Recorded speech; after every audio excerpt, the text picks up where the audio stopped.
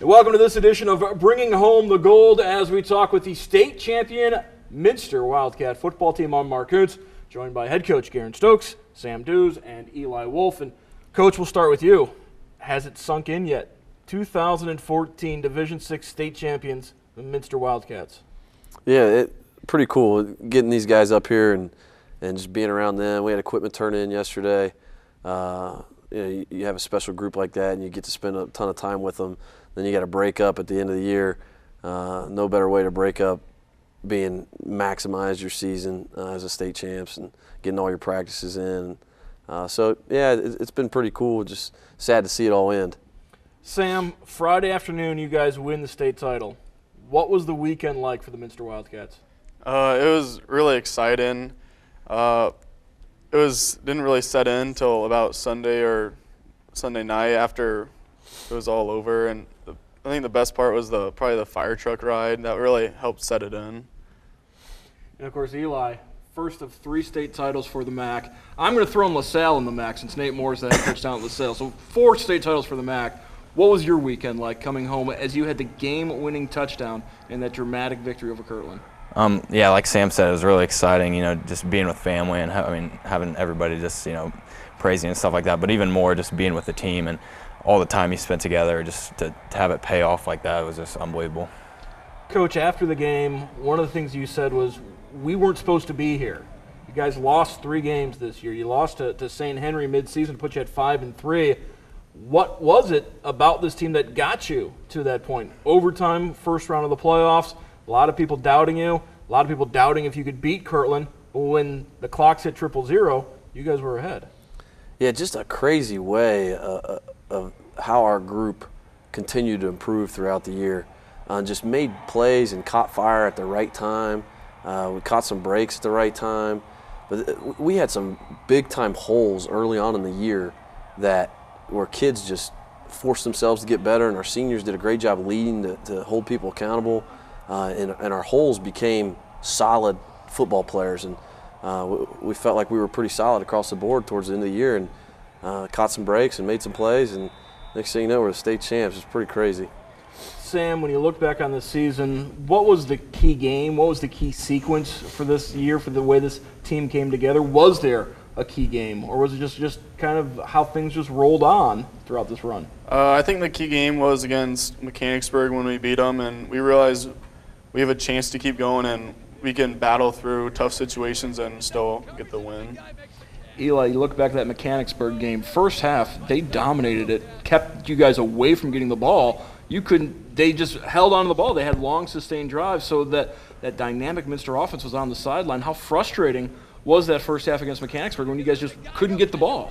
It was really frustrating because that's something that hasn't really happened to us yet, in that year. So, when they were just holding on and, getting 5 yards at a time, it was really frustrating. But to come out and just make plays when we needed them, it was huge. And that game really propelled us into playoffs. So.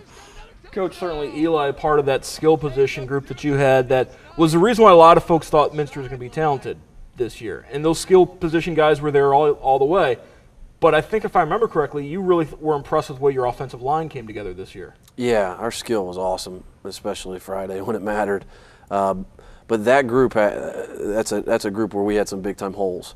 And those guys decided back early August that we're not a very good unit and we got to spend some extra time. And those guys came in every morning before school to watch tape of practice or watch tape of opponents or watch game tape, and really, really, really forced themselves to get better. Which, out of any group, they came together. We had 16 kids in the morning every day, and it's nice to see when you do that. Kids learn the valuable lesson of you get out of what you put into it. And they were good towards the end of the year. They were really, especially Friday. We protected one really well and ran the ball when we needed to run the ball. So just a really special group of offensive linemen that forced themselves to improve. Sam, a lot of times coaches come up with different motivational techniques. There was one thing you guys did after every single practice, 25 push-ups. Tell us about why you guys did that. We did it because we haven't won a state title since 1989, which was 25 years, and it really pushed us after, like, because you don't want to do that, like, ever again. And after every practice, you wouldn't want to do it the next day. So it just pushes you to wanting to get better and to stop the underclassmen from having to do that, especially. Coach, that worked out so well. What do you have in store next year? I don't know. We were planning on doing 26. We didn't think we had a shot this year, and just what a big-time compliment to 51 kids that did things the right way. Eli, before we let you go, I got to ask you about this. You broke your older brother Ethan's touchdown record this year. You got some more bragging rights over him now with the state title. What was it like around the Wolf household this weekend? You know, he's always the first one to be proud of me anytime I do something. But yeah, over text message we have our little shots at each other, you know, and him always saying, you never had that one-handed catch, but he's always pretty happy for me. So it's good. Now you've got the gold trophy that he never brought home. Yeah, I'll let him know that one. Coach, when you look back to this season, I remember we talked back in August during the warm-up about your MAC schedule. You started off against Marion Local and Coldwater, the defending state champions, still the defending state champions. You go through that type of a grind of a season to start off the year 2-2, get smacked right in the face to start off the MAC schedule with those two teams. Did you see that pay off down the road? Oh, we thought that was a huge benefit, because those guys are well coached and they have really good players, and they expose everything you don't do well. And we felt like that happening early forced us to correct some things faster, and that was big for us. And we got out of those games healthy, which was really important. And credit these seniors though for I mean, every coach has high standards, every coach has high expectations, and sometimes kids choose not to get to that level, and these kids chose to come to that level, which was pretty important. 25 years ago, Minster won the state title at Ohio Stadium. This year, the state championships back at the Shoe, and once again, they brought home the gold trophy. We're going to take a break here on Bringing Home the Gold. When we come back, we'll talk with some more of the Minster players here on WOSN.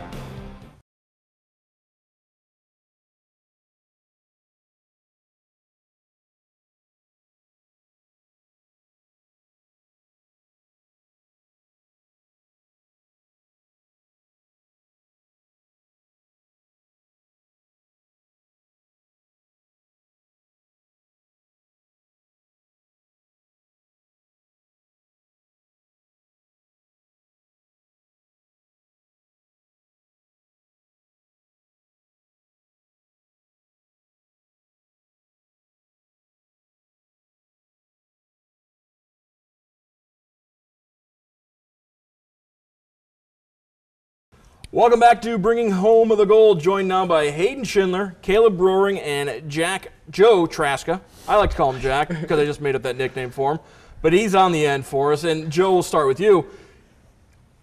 Tenora, the state semifinal game. Special teams came up so big for you guys in that win over Tenora. Was that one of those games where you point at and saying, this is a game where once we won this game, we knew this was going to be a special year? Well, I think at that point, I mean, we were getting to the state semis. You already know it's a special year. But we'd stressed special teams the whole season. We knew we were going to get beat on the offensive side of the ball sometimes, on the defensive side of the ball sometimes, but we could win special teams. So we put a lot of effort into that. Caleb, what's it been like around Minster the last couple of weeks? The tragedy with Austin Brackman passing away right after that state semifinal victory, the emotions all over the place, and now a state championship. I know I talked with Coach Lee before the game, and he said to me, we hope we can start getting back to normal pretty soon. Has things gotten back to normal around Minster? No, I still don't think it's been back to normal. I mean, we're still on a hype from winning state championship, but it's been a roller coaster with Austin and everything. And then right after we won state, I think everybody, they didn't forget about it, but it kind of lightened the mood a little bit, and everybody's happier now. Hayden, in that state championship game, you came up with a big play defensively. Second quarter, I want to say, fumble deep in the Kirtland territory. You recovered that fumble, led to the Minster lead, and all of a sudden, after trailing for most of that first quarter, you guys kind of took control there. Yeah, I'm actually a little disappointed about that fumble recovery, to be honest. Could have been my first touchdown. You were trying to scoop and score. I was trying to scoop and score. It was pretty wet out, though, but I'm just glad I got the ball in and it was a good step during that game. Speaking of the rain, how difficult was it to play in those conditions? Actually, I didn't really even notice it, to be honest. I mean, I thought it was going to be a lot worse coming into the game than what it really was. So, Caleb, what was it like for you to play at Ohio Stadium? Oh, it was awesome. Just walking out there the first time, it was awesome. Walking out into the middle of the O, and it's awesome. Joe, when you look back at this year, what sticks out to you? All the work we put in and the relationships I've formed with my teammates. The trophy's sweet, but in the years later in my life, that'll end up mattering more than the state title. Now, are you guys going to be able to take the trophy home for a day or two and be able to spend special time with it? I wish. Yeah. Trophy case isn't locked at school. Not that we have any leads on any type of trophy disappearances. We're going to take a break here and bring home the gold, and we come back more from Minster Wildcats here on WOSN.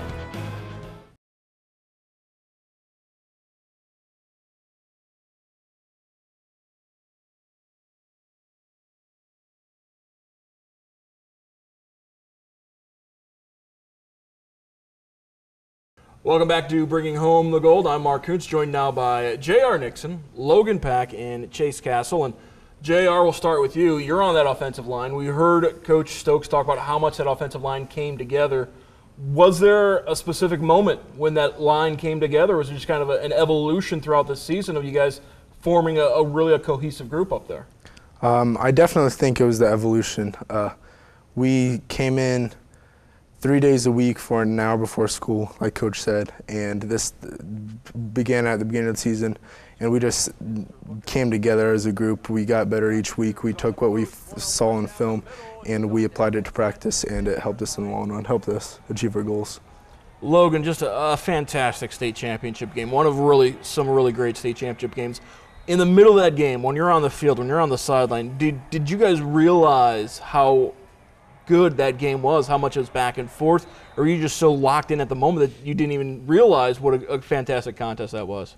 I just was playing football. I mean, I didn't really care how it was going to end. I just wanted to keep playing. I knew they were a great team, but we ended up on top. But just thinking about it, I really didn't think about back and forth. We just had to keep fighting. Chase, 15, 20 years from now, what are you going to take away from this season? All the work that we put in is real big. Just all the days, the film in the morning, or we went to Bluffton and had that bunch of practices there to get better. But I mean, all the memories are going to come from all the practices, all the hard work we put in. A lot of hard work, but it seems like you guys also know how to have a good time. Coach kind of keeps it light, but able to get the job done. What's this coaching staff like for you guys?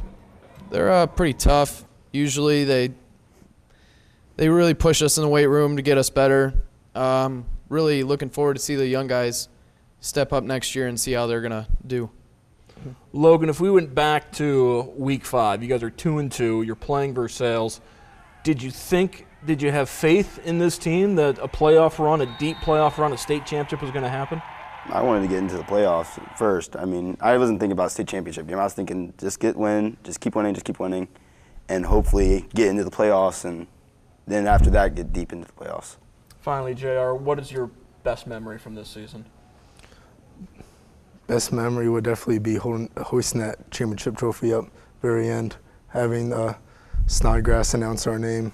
It's definitely very special.